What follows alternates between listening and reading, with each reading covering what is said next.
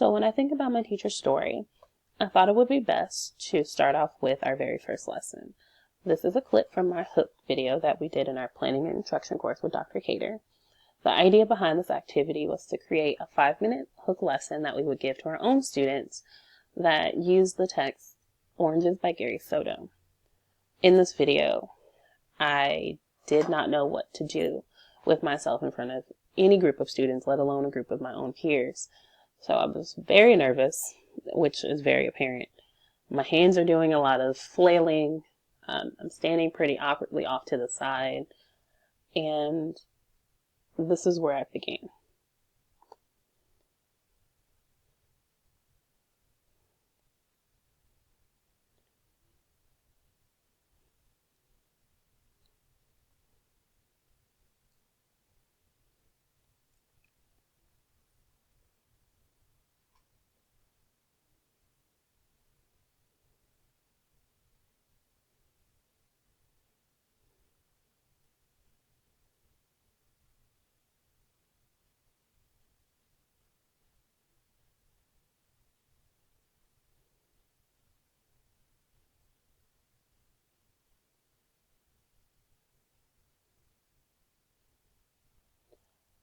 So you can see in that hook video, I wasn't exactly sure what I should do when giving instructions to a classroom. I kind of just spit all the directions out immediately, didn't write them down, didn't give my students in this instance any room to even, I guess, write down the questions. I didn't take a second and break between each. I didn't give 2 minutes per question, things that I would do now that I'm a little bit more experienced. The next thing that I'm going to show is a clip from my HLP 1 discussion video. This was my first time teaching in front of the classroom without my mentor teacher. The idea behind HLP 1 was to ask my students, why do you like to write?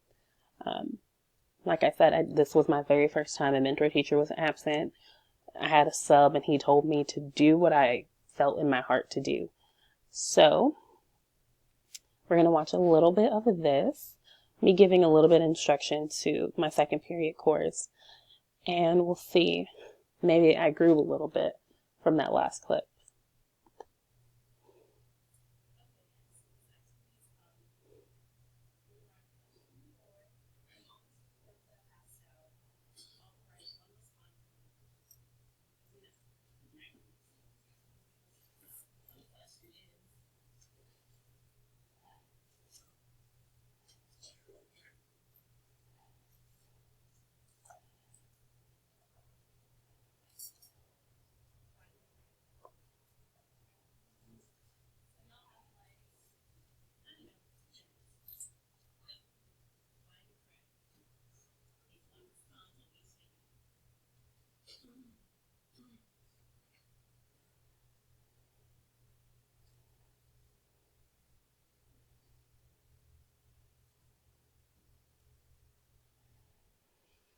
And so as you can see, even in this video, I kind of stood off to the side. I pretty much stayed there for the duration of that entire video. I still really hadn't learned how to connect with my students, and this being my very first activity that I was able to do with them, I was nervous times 1,000, I can imagine. But every student got a chance to go up and put their sticky note on the board and in response to why do we write. At the end of this clip, at the end of that video, I go through each and we talk about it as a class. And then we decide as a group, why did we decide to write and why we thought writing was important and what else writing could do for us. The next thing I'm going to show is a Flipgrid. We did this for our young adult literature course. It was kind of like our reader's log. Oh, that's my face a whole bunch of times. The clip that I'm going to show is I guess we were asked to do like a midway response to how we felt about using Flipgrid and how we felt about having book clubs and things. So there's this clip.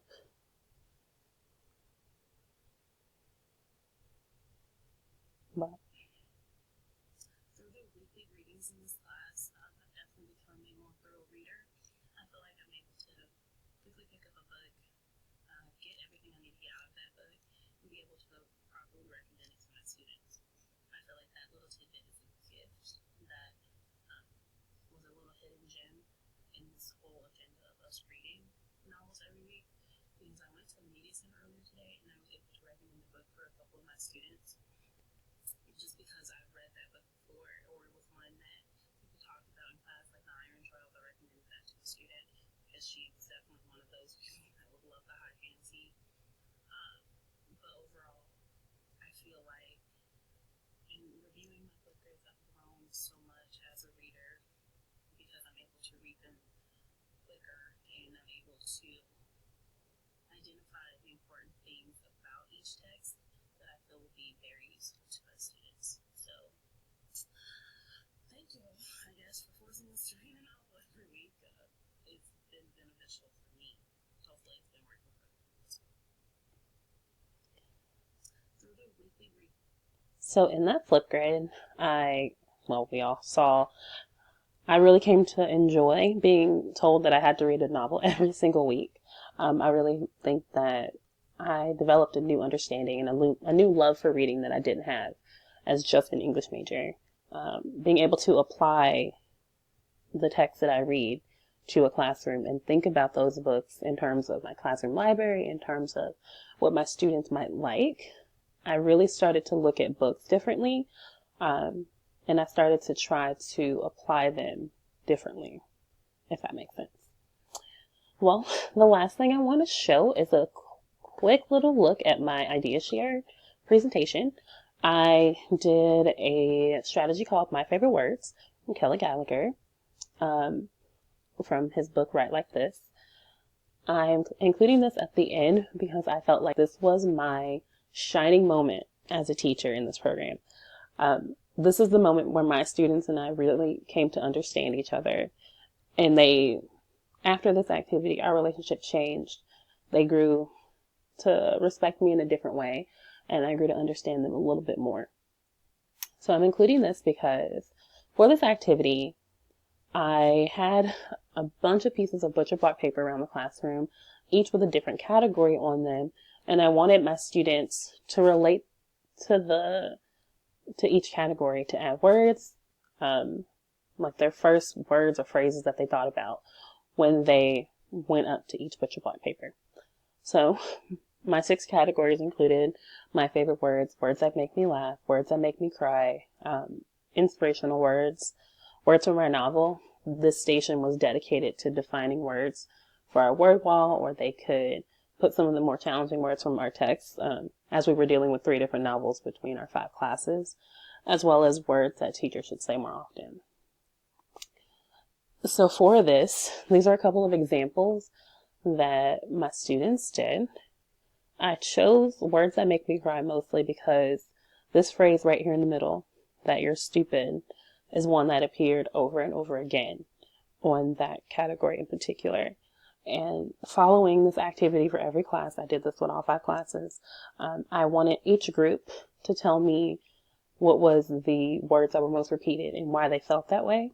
And every single class had some sort of, you're stupid, you don't learn, you don't speak well, as a term that was very repetitious. So I wanted to know why we treated each other in this way. So I had our students do a reflection about it. What did we learn from our peers was a biggie. Which category was your favorite? These are a couple of examples from my advanced students from that activity. Lots of them said that they thought that we did this activity because I wanted to know about them. But mostly I wanted them to build, bridge connections with each other and know that words have an effect on, when you say them, they have an effect on you. All of this was followed by a lecture that I did that changed depending on what type of classification my classes had. I was inspired to do this lesson because there had been a lot of racism and bullying in our school group, especially in our classroom. And we were reading Anne Frank's diary, or we were just talking about World War II overall. and disenfranchised groups and the power of words as an overarching theme. So I followed by like a mini lecture that connected the power of words to how we use them and the longevity that words have. All in all, I felt like my students were able to understand that the things that they say have an effect on people. They're lingering. That if we decided to spend more effort in being positive and, uplift each other, maybe school wouldn't be so difficult. Well, overall, I think my teaching story has changed. I started in a very small place. My ideals about what a teacher is, what a teacher does, has definitely developed into what type of impact I can have as an educator outside of the classroom. I want to have a lingering effect on my students. I want every student that I come in contact to remember that Miss Weeks, she was caring. She motivated me to try. She was there for me when I had no one else, or something along those lines. So that, I guess, in a nutshell, is my teacher story.